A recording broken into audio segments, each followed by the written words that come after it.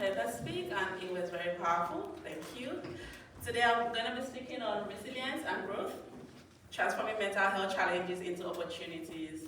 I'd like to start with just a brief story about who I am, what my journey has been up to this point.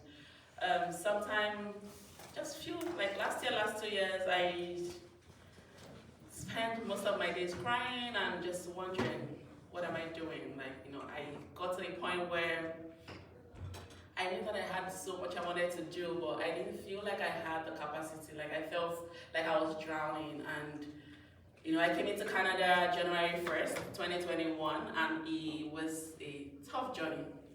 Settling into Canada, trying to make my mark, and it felt like I was fighting and doing so much. And I started my business, the publishing pad, last year, trying to make a mark. And well, here I am today. I had to surmount all the difficulties that I experienced on my journey. I had to prove myself more than other people would have, and it was tough, but it was very rewarding. And I can say that today I have made so much difference and so much progress from where I started from. So when Annie talked about being the keynote speaker for this program, I thought of it that, do I have something to share? Yes, I do have something to share, and I'm hoping that even if it's just one thing that you take from this presentation today, that would make my day. I hope that I'm able to inspire you, motivate you, encourage you that regardless of whatever setbacks you may face in life, regardless of whatever challenges you may get, you could turn that setback into opportunities. So just starting with a brief start, how in 2019, research was done, and it says one in every 8 people around the world are living with a mental disorder. But unfortunately, like David had established, mental health issues are not something that people are very proud to talk about. I grew up in a household where you were told my dad was awesome. I lost my mom at a very young age, so it was my dad that raised us up. So he raised us as a man. You're not allowed to cry. If there's anything wrong, just kind of get over with it and just keep moving. You're strong, all those talks that are supposed to.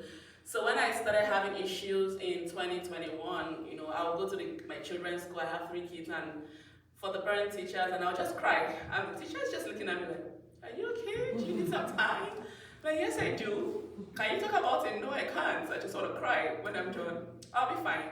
So I went through that season because I wasn't sure what to do, being somebody that has been told all her life that you have to be strong. You shouldn't show your weakness. Don't let anybody see the weak side of you. Don't let anybody see that part. But one day I woke up and I told myself that I couldn't continue to live this way. I needed to find a solution, and I needed to find it quick. And that started my journey towards recovery and achieving all the great things that I have in my plan. So I took a day off from work and I booked a call with my insurance company. I told them I needed a therapist. I needed to speak with a therapist. And so one of the ladies from the office had called to say, I need to ask you a few questions to help to understand and match you to the right person. And on the call, I used the next 45 minutes to cry. I didn't say anything and I was just crying. I was just like, okay. But it was the start of my liberation, and I'm hoping to share some of the things that has helped me in the hope that it would also help you. I would say that the last 3 months have been very powerful in my life, because this last 3 months was the time when I said enough is enough. I'm going to take charge of my life. I'm going to do the things that I want to do. I'm going to make the impact and the exploit that I want to do. And I have gotten the best support that I could ever get. I'm here because somebody recommended me for the speaking engagement, and people had heard my story, said you should share the story. So this is why I'm here. We would go into the tips. The first one is know who you are.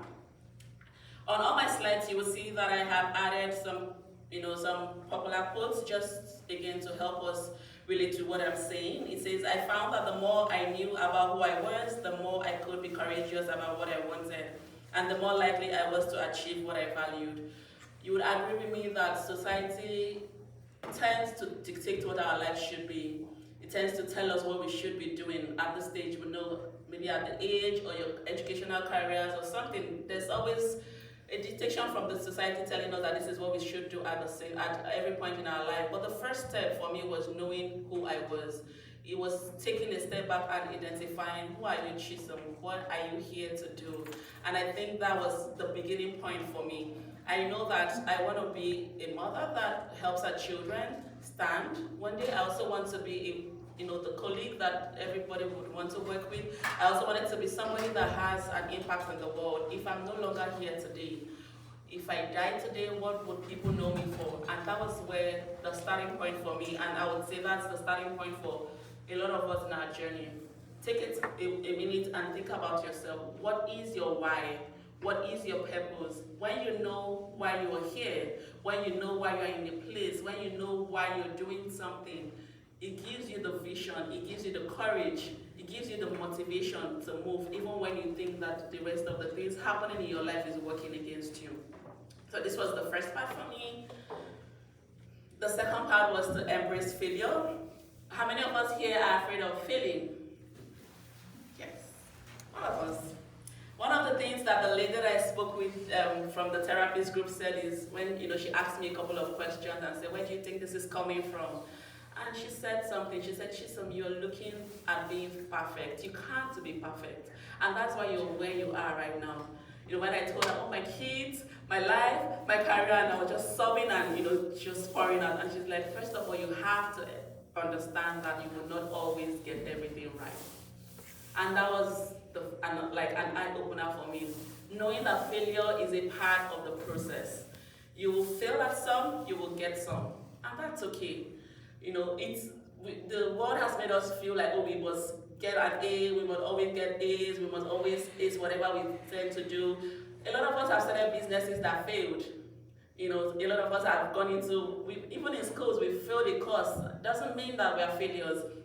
Here it says, it is impossible to live without failing at something unless you live so cautiously that you might as well not have lived at all, in which case you fail by default. So failure is a part of life. If we accept that it's okay to fail, if we embrace failure and see it as a learning opportunity, I feel like to a large extent it would help our lives. It will help make the expectations that we put on ourselves easier. Sometimes some of the pressures that we feel come from us. It comes from the expectations that we put on ourselves. I want people to see me as one powerful person. I want people to see me as a success. And then when we make one mistake, we begin so hard on ourselves that we're like, why didn't we get this? Why did we feel like this? It's so simple. Why would you feel like that? These are all expectations that we put on ourselves. I was reading on something last week and somebody said on their post, have you gone to when I was preparing for this speaking engagement, I'm like, oh my God, can I do it? And this lady said, have you seen a group of people that come together and say, we're going there to watch the speaker fail? Have you seen anybody that just sees you and says, I want you to fail? I'm coming to listen to you to find your faults. But we come and say, oh, can I do this? I think they would not like what I'm saying. I think they will not do this. We begin to make expectations for the people listening to us. But honestly, it's on us. Because nobody in this room, and I can say that nobody in this room came here today with the expectation that they're just coming to hear somebody fail at what they're here to do. Is there anybody in this room? Nobody. And so it was another eye-opening moment for me that sometimes the expectations that we put on ourselves make us afraid to take actions. It makes us afraid to do things that we're supposed to be doing. If we fail, that's okay. What is the lesson in it for me? So I've done this thing, I didn't get it. What should I learn? Move on. You apply the lessons from that one into the next situation and you keep going. If you decide to allow failure to stop you or the fear of failing to stop you, then you won't do anything. Like Rolly said, it's like you'll be stuck in fear. Fear is a very powerful tool. You can either use it to propel yourself forward or you can use it to get yourself stuck. What do you want to do with the fear? If you embrace the fear, you can use that emotion to go high. Here, the next one is to cultivate a growth mindset. Cultivate a growth mindset. Again, it ties in together with just the last point. Whether you think you can or you think you can't, you're right. Even if the whole world believes in you and you think you can't, you can't. For a long time, I had people that, I had my cheerleaders that would say, Chisom, you can do so much. And I'm like, well, I'm still preparing. I always had reasons not to do things. So they were there cheering me on and saying, Chisom, go, you can do this. But I was not ready. I didn't think I could do that. So even though we have surrounded ourselves with communities of people that are rooting for us, if we don't have the growth mindset, if we don't have the mindset that we can take setbacks and turn them into opportunities, if we don't have the mindset that we can take failures and bring out something good from that, then we're stuck. So in December last year, I reached out to a contact and I said, Light on, I'm ready. And she said something. She said, Chisom, I've been waiting for you for 3 years. Because I saw your potential and I've been telling you that let's do this and you kept giving excuses. I've been waiting for you, now let's roll. And she took my hand because I was ready and she ran with me. She took my hand, she held my hand. If I wasn't ready, she wouldn't have been able to give me the support that I needed. I started seeing it that, okay, this thing may not be favorable, but I could turn this into something that would favor me. I could turn the situation, this crisis or whatever it is that I'm going through, into a good cause for my life. We could turn the hard situations, the setbacks. So somebody said no to you for your dreams. What can you take out of it? How can you proceed? The growth mindset helps you to see that in every no, there's a yes. In every no that you get in your life, there is something that you can pick from it and help you in your journey. So that when you get to the top, you're able to look back and say, if this person didn't say no to me, I wouldn't have gotten here.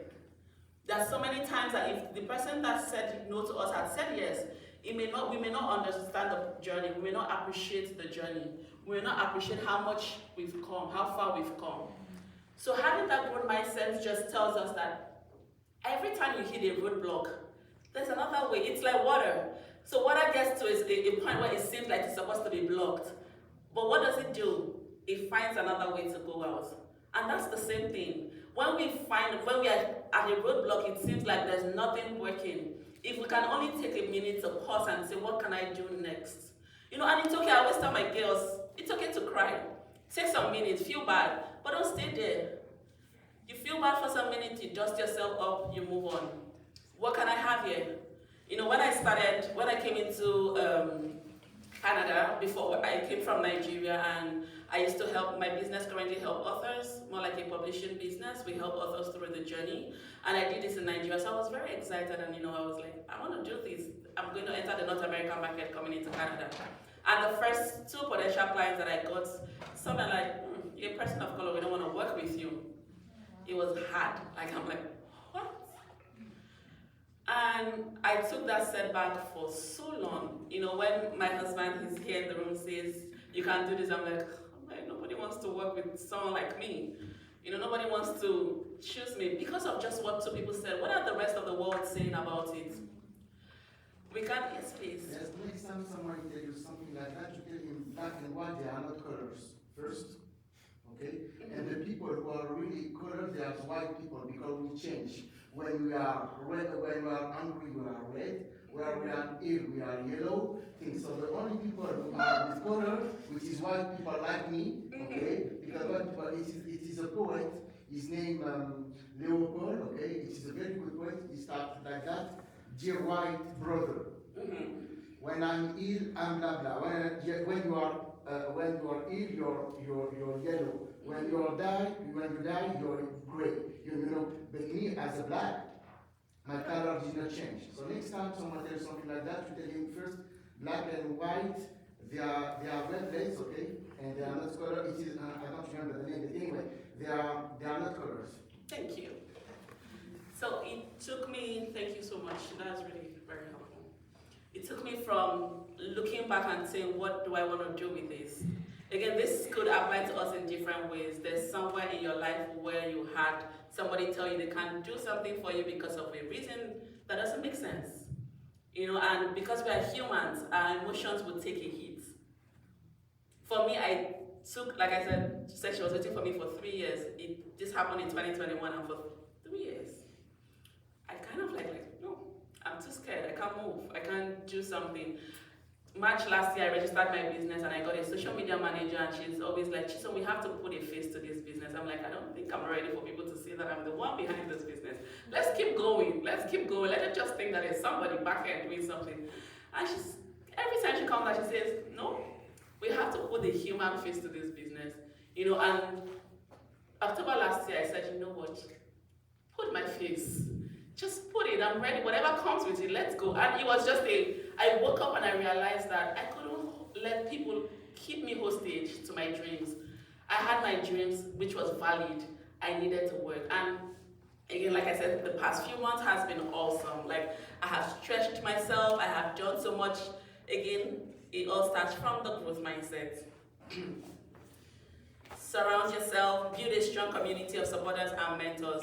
A lot of the other speakers that spoke today talked about the community, having people that have your back. They say surround yourself with only people who are going to lift you higher.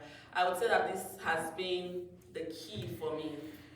Sometimes when I hear my family talk about me, I'm always like, are they talking about me? Because they paint this big picture and I'm like, I don't think I'm up to where you guys place me. Please bring me down a little bit.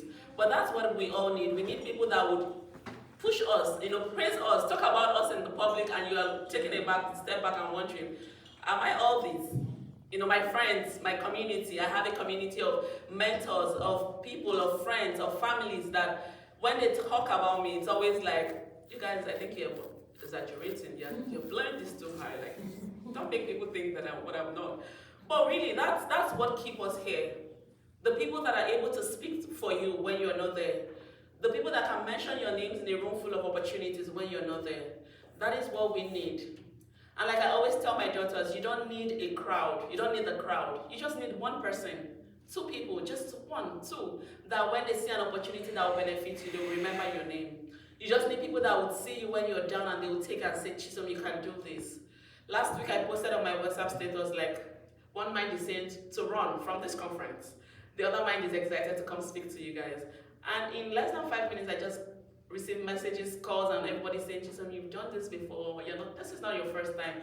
And honestly, those calls, those messages, it did something to the heart.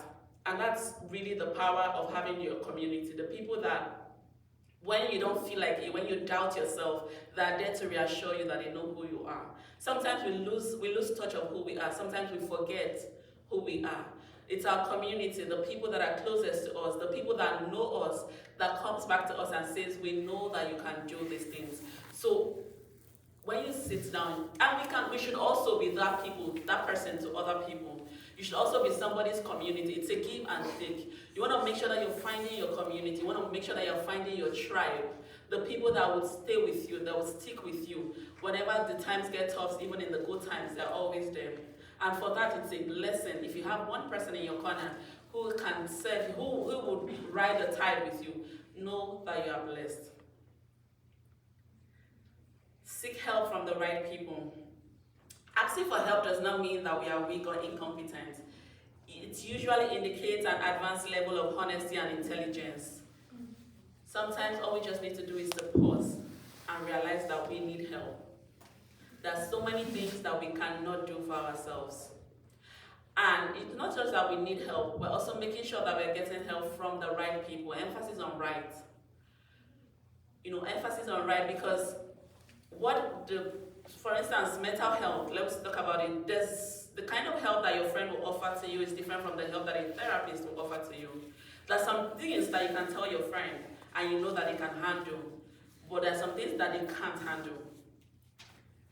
We all have the friend, like somebody said, we all need different types of friends. The ones that are there for the fun part, the ones that are there for the tough times, all this kind of different classes of people. It means that everybody has a role that they play in our lives. Knowing the right person that would help us at the time of our need. For me, I knew that I had this strong community of people. I had friends that loved me, I had families, I had my husband, I had everybody. But I also knew that I needed to speak with a therapist if I didn't want to run mad at the point. I had to realize that the help that I needed at that point was a professional help. Because if I tell my husband he's my cheerleader, he'll say, you can do this. You can do this. You don't need to feel bad. But I want to feel bad. I want to cry. And so I call a therapist, and for 45 minutes she just cried. And she's not saying, my time is going. You're crying too long. You're crying for too much time. Can you round up your crying? Because their roles are different. this person has the role, they know, they've dealt with these situations before, they know how to handle this.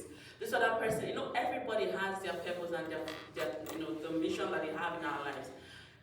Think about your life. Where are you? What kind of help do you need? Who can help you? Who can help you? Who would you talk to that you would leave the place feeling inspired, motivated, recharged? Who is that person? Is it a professional? Is it a mentor? Is it a family member? Everybody has their role in your life. So when we take time to find out the kind of people that we need help from and reach out to them for help, it makes the journey easier. Sometimes we try to do things on our own and we take a longer time getting to our destination than if we had reached out for help. If we had asked somebody else to help us, it shortens the journey, because then you're riding on their wings, you're riding on their journeys, you're also riding on their experience to make progress where you wouldn't have gotten it on your own.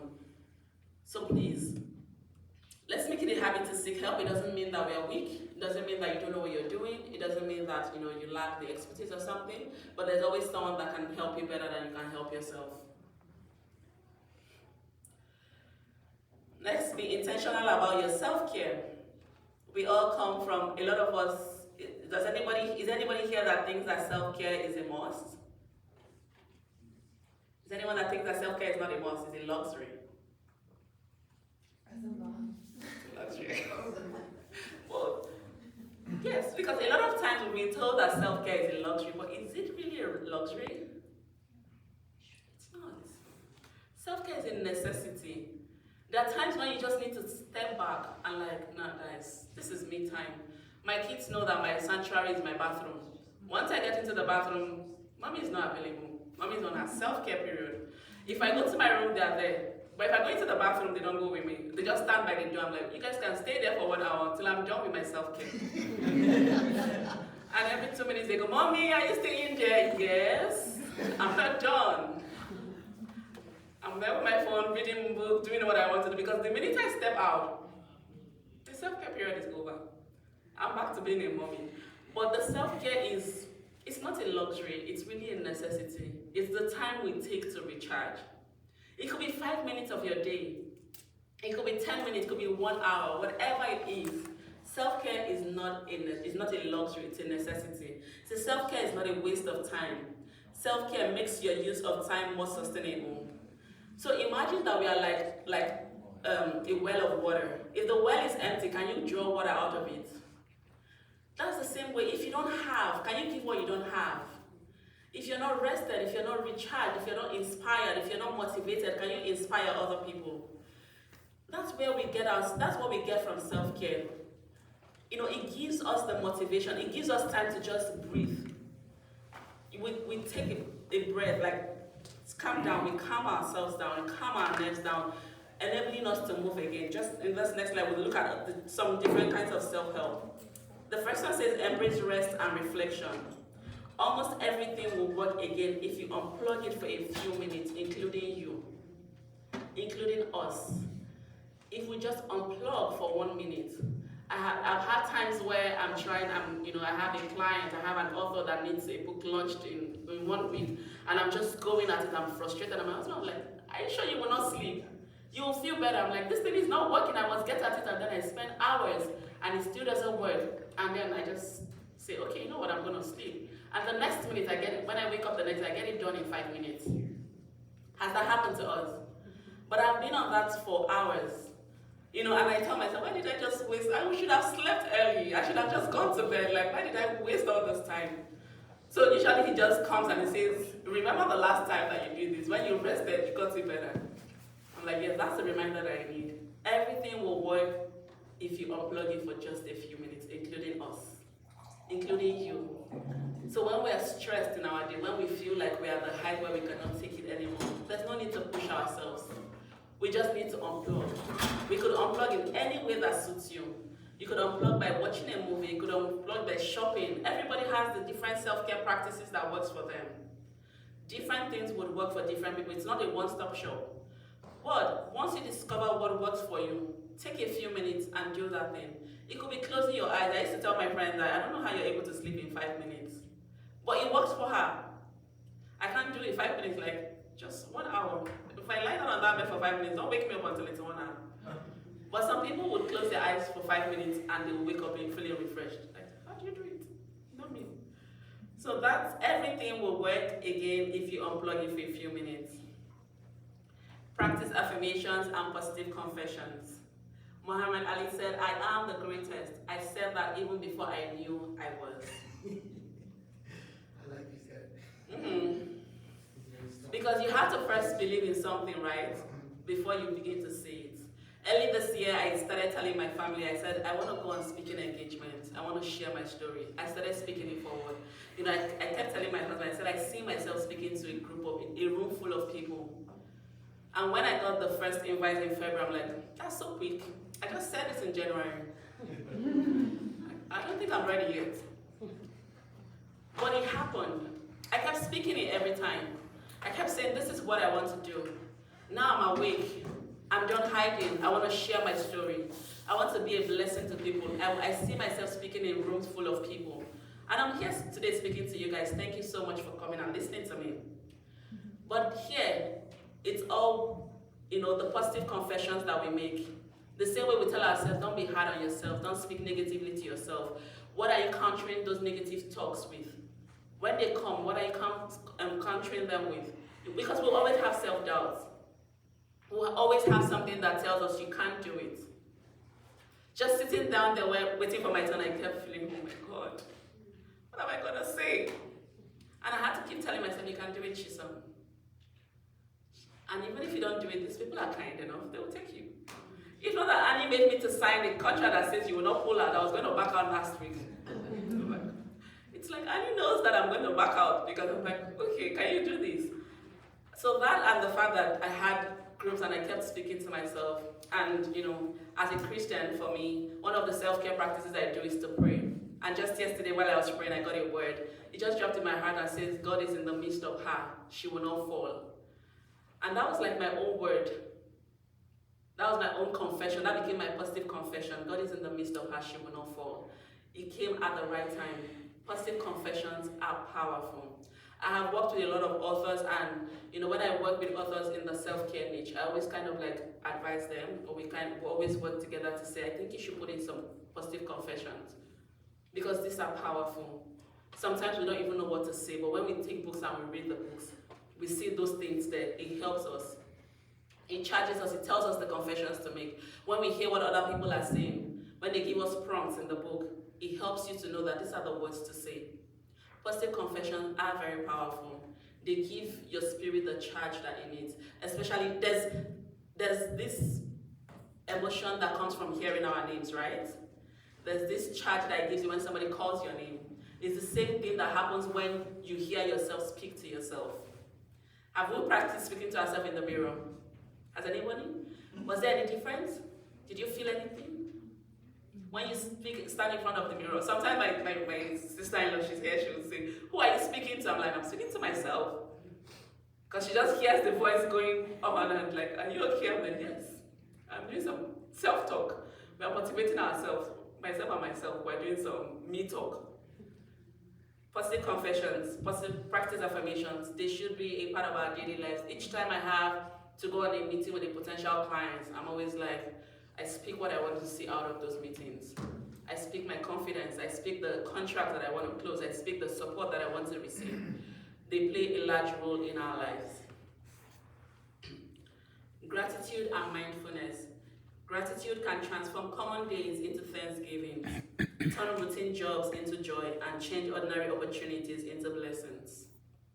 Just taking some minutes to just look at the things that are working in our lives, even when we're in the midst of chaos. Just taking a minute to say, I'm thankful that I have this person. I'm thankful that I have this opportunity. I'm thankful that I'm alive. I'm thankful that at least this part of me is working. When we're able to focus on what is working, when we're able to focus, be mindful, be present, it helps to take up all the negative doubt, all the negative words, all the self-doubt. It kind of like puts it on the back seat. And it charges us. Just being thankful, being grateful. Someone said sometimes just have a gratitude journal. It's very powerful. You have a journal where you're writing down all the things that are working in your life. Because our minds already keep record of the things that are not working. But when we have a journal where we keep record of the things that are working, when the mind comes up with its own doubts, you go back to your journal and you read what is working. And you tell yourself that this still works. And last year I was able to do this. That means I can get it done again. That's the beauty of journaling. That's the beauty of gratitude journaling, and that's the beauty of gratitude. Just have a note, have a sheet where you write down things. At the end of your day, you sit down and you think about it. What are the things that worked today? What are the things that went well today? What did I do well today? You write them down. The next morning, you take up your journal, you read the things that you did, the goals, the wins that you got from the day before, and it helps you to prepare for the next day. Another one is to set boundaries. No is a complete sentence. It does not require justification or explanation.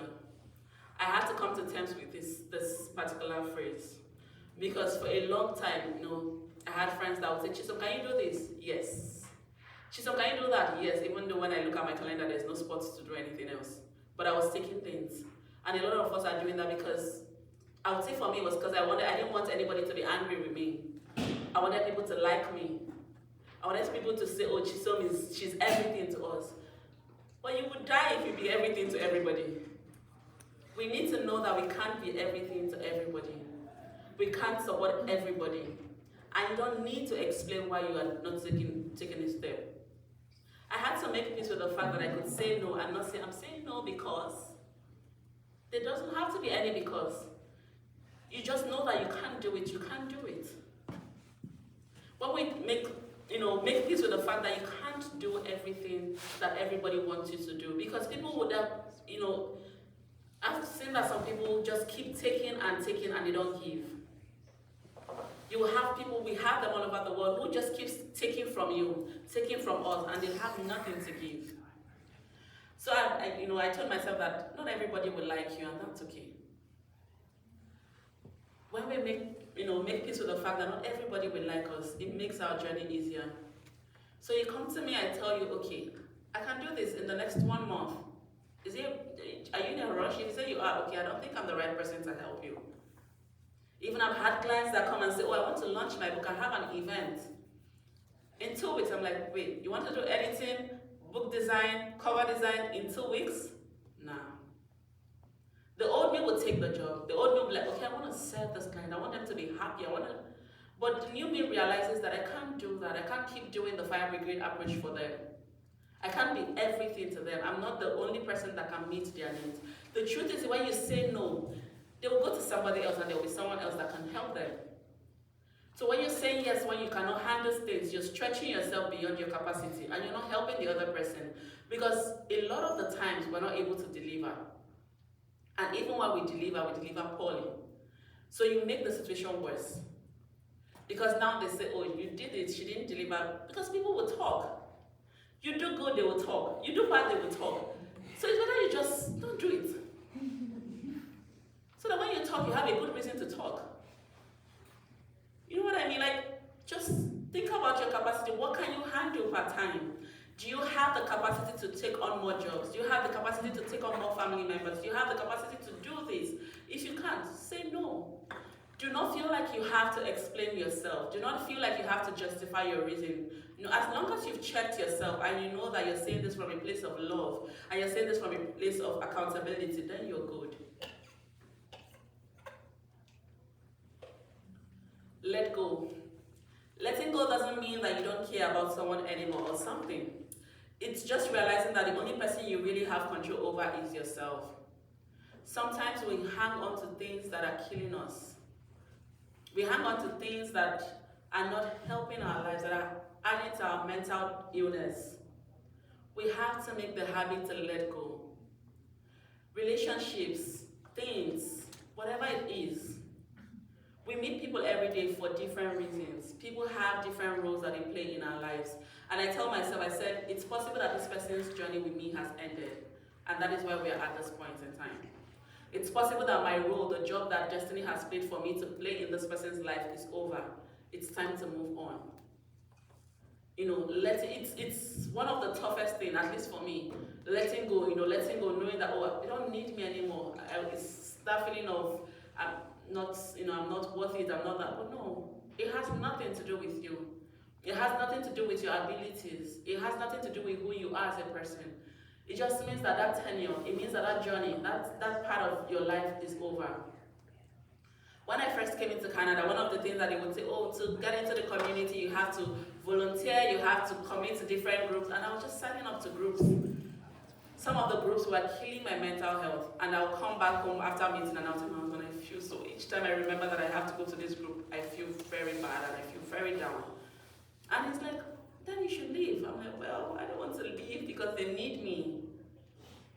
But last year, towards the end of last year, as part of my recovery and healing and getting set for myself, I took a step back and I reviewed all the groups that I was in, and I saw the ones that I knew that I needed to let go. And at midnight was when I did this, and I sent the text. And I said, I just want to say that I can't do this anymore. I really appreciate what your group stands for, but it's not the right fit for me at this time.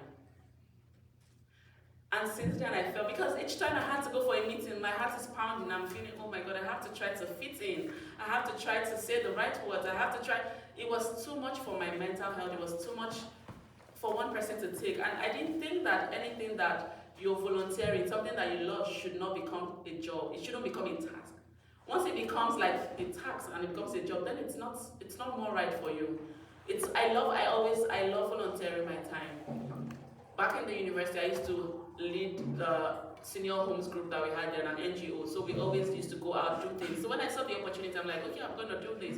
But now it became like something I dreaded, not because of the task itself, but the people in the group. So I knew that I had to let go. I wanted to network, I wanted to volunteer, I wanted to do what I love, but this wasn't the right group for me. It took a realization to know that this thing is taking too much hit on my mental health, to know that it was time for me to let go. Again, letting go doesn't mean that you don't care about someone anymore or something. It's just realizing that the only person you really have control over is you.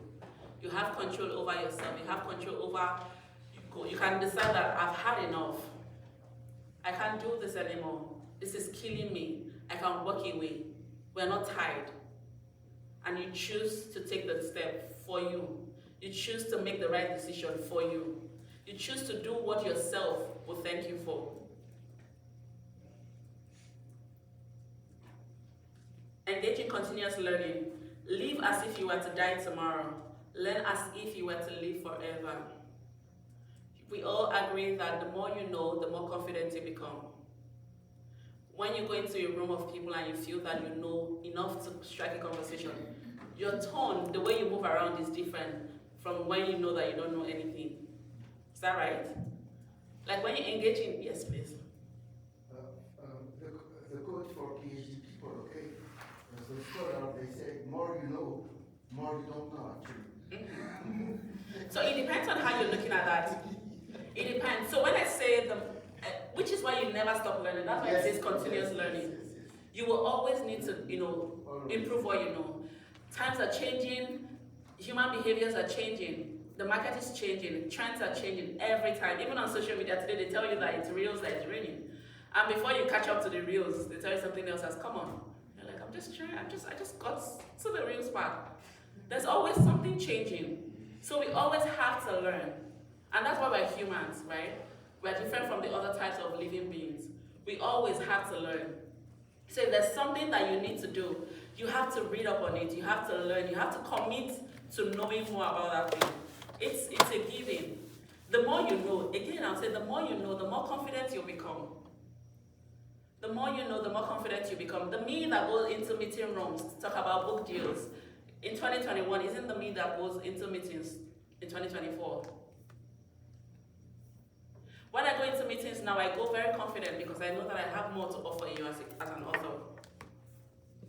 And that's because I do not joke with learning. I do paid trainings, free trainings, because I want to offer more. I want to be able to, when you wake me up in the middle of the night, I want to be able to say the same thing that I can say when I'm awake. And that comes from learning. That comes from knowing what you want to know. The you of yesterday shouldn't be the you of today. There should be something that has changed, something good, something positive, a progress that you've made. That plays a huge role in the way we handle ourselves, even in the way setbacks come to us. So 3 years ago, I was struggling, applying for roles, just trying to see if somebody will give me a chance to handle their book and show them the skills that I had. Today I stay home and I hear, this client referred you. She spoke highly of you.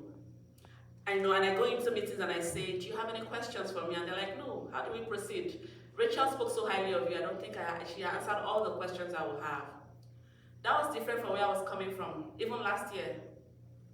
That's different from where I was coming from 2022. In 2024, my clients do the talking for me. And even at that, at every book launch I have, there's always something new that I bring to the game.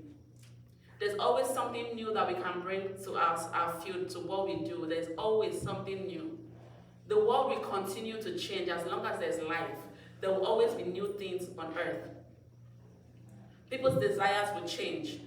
You could like something today. Do we all agree? You like something today and tomorrow that thing, no, you look at it and you're like, nah, I can't believe I liked that. The same with human, I can't believe, when we look at relationships too, we say X. What changed?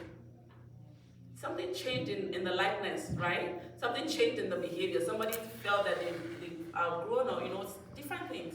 But there is always something to learn. There's always something that we can use to improve ourselves. There are people that can teach us better than we know. So always engage in continuous learning. And for this is how many? 10 minutes. Okay, thank you. This one is, of course, as a book publisher, share your story is always very key to me. Telling your story is a powerful way to heal and inspire. Your story will heal you, and your story will heal somebody else. I like this quote because it tells us that sharing your story is not just for your good. There's somebody out there waiting to hear your story to move on in their own lives. Every single one of us here, our story is valid. Whatever journey you have been, somebody else out there is waiting to hear how you did what you did, how you moved to where you moved to, how you got to where you are. There's somebody always waiting. There's somebody that can benefit from what you have to offer. And thankfully, social media has made it very easy for us to share our stories. If you're like me, I always used to feel like I'm the very private person. I don't like talking about myself. I don't like, when I see people say you have to show up on social media, I'm like, it's not for me. I used to think that LinkedIn was too exaggerated. People would talk about take one small accomplishment and blow it out of proportion. I'm like, you just got your driver's license. What do you mean? All those things. But I have come to a stage where I've learned that it's very crucial for every one of us to share our story. David said it's sharing your mental health journey. I started sharing my story towards the end of last year, and it's been powerful. Hearing people come and say, Chisom, you really inspired me. You really did this. And which again, what I said in the beginning, if it's just one person that your story can inspire, you've done so much well. If it's just one person that took a lesson from your story, you don't need crowd. When I first started on social media, I used to wonder, people didn't like I didn't have so many likes, so many engagements, but I've come to learn that it's not all about the engagements. It's not about the activities going on that post. I shared a story in February and on LinkedIn, and I had a media house reach out to me and say, we want to interview you. This media house didn't even they didn't do anything on that post. They didn't like, they didn't comment. So nobody would have known that they saw the post. But they had reached out to say, we like your story, we want to share, we want to hear you. I had an author that came, potential that saw my post that I made in December, and he posted, Chisom, how can you handle all my books? How can you be my personal publisher for all the books that I handle? And I thought to myself, if I didn't put my story out there, would I have achieved the much success that I have achieved today? And apart from the gain to me, would I have helped the people? So I share the struggles that I have in motherhood.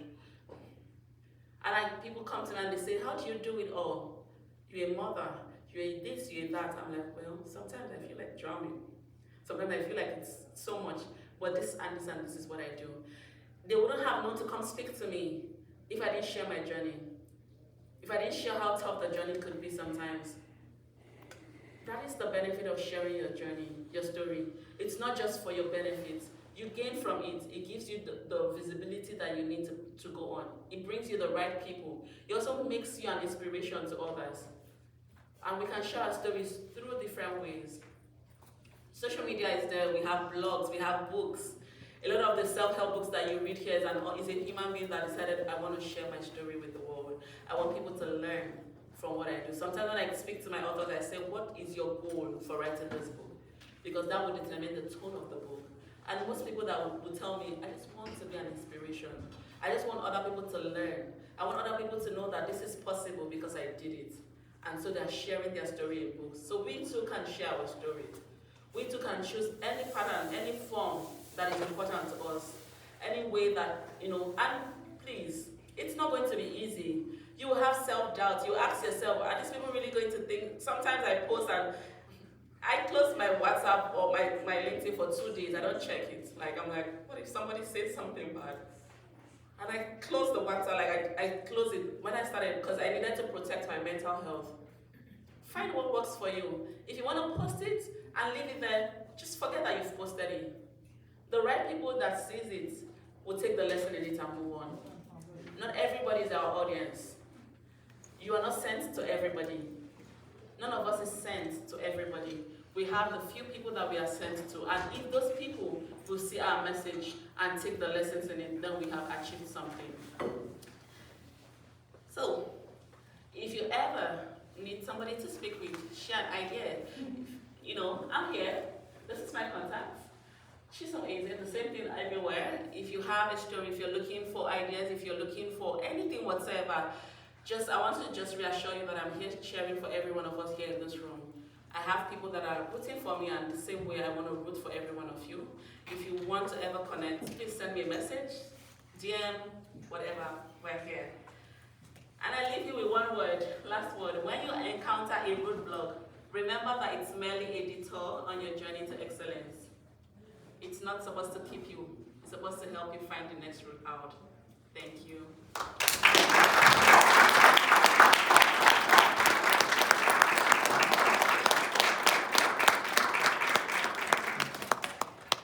I'm supposed to take questions. Does anybody have any questions? Anything they want to talk about?